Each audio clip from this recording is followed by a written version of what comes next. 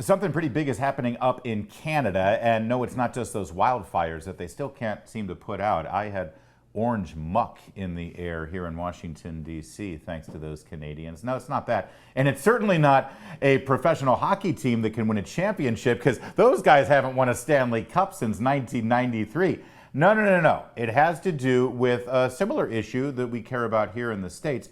The government-run schools pushing a radical gender and gay sexual agenda on children behind their parents' back, in many cases circumventing the principles and values and even religious faith of those parents to instill in the children, in the schools, this radical agenda. And the people who are most upset about it right now are Muslims in Canada. They have taken to the streets, they have protested.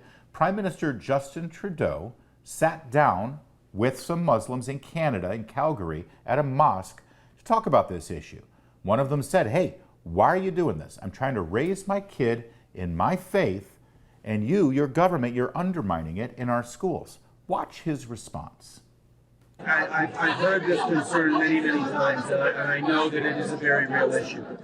First of all, there is an awful lot of misinformation and disinformation out there. People on social media, particularly fueled by the American Right-Wing, are spreading a lot of untruths about what's actually in the provincial curriculum. Like, the federal government doesn't control what's taught in schools.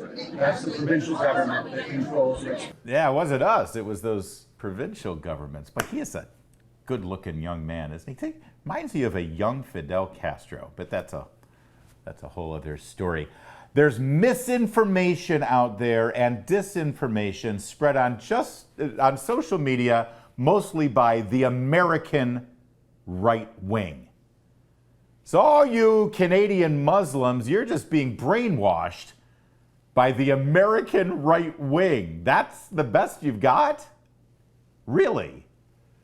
Kind of insulting, isn't it, to his Canadian citizens of Muslim faith that they're so stupid and naive and gullible that they'd be brainwashed by we conservatives on social media, and none of this is happening. No. All right, well, listen, the last thing we want to do is spread misinformation. The last thing we want to do here is to confuse this issue and get it wrong. So a couple of questions for Prime Minister Trudeau or any member of his party up in Canada, either at the federal level or at the provincial level. Clear this up for us. Will the schools in Canada instruct young children about gender ideology, gender dysphoria, gender transition, sexual practices without their parents' consent? Yes or no? No need to extrapolate. There really is a yes or no question.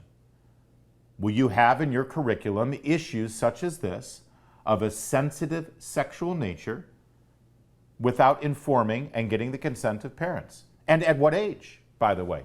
For instance, here in America, we have an issue with a lot of books that are being introduced, even at the elementary school level, that have issues that are of a very sensitive sexual nature that many parents would not like their children to be exposed with without it being framed within the context of that family's principles, that family's values, and that family's religious faith.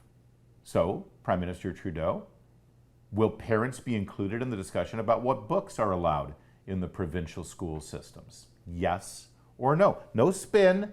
No, let me explain this to you like you're a stupid moron from America. No. It's a yes or no question.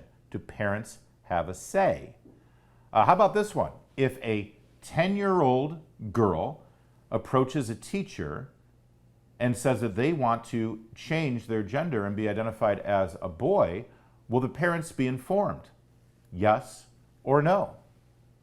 How about another question? Not to pick at a sore wound, but you guys do like your hockey on an amateur level up there. We know you don't play it professionally, otherwise you would have won a Stanley Cup more recently than the early 90s. But if a man of 17 years old wants to play ice hockey on a woman's team and identify as a woman, will you allow that to happen? Will there be more injuries involved in women's hockey if a young man is allowed to play on that team? And will the girls on that team be exposed to naked male genitalia in the locker room without their consent? Yes or no? We don't want to disinform. We want the truth, and we'd love to hear your response. And while you're at it, put out those fires.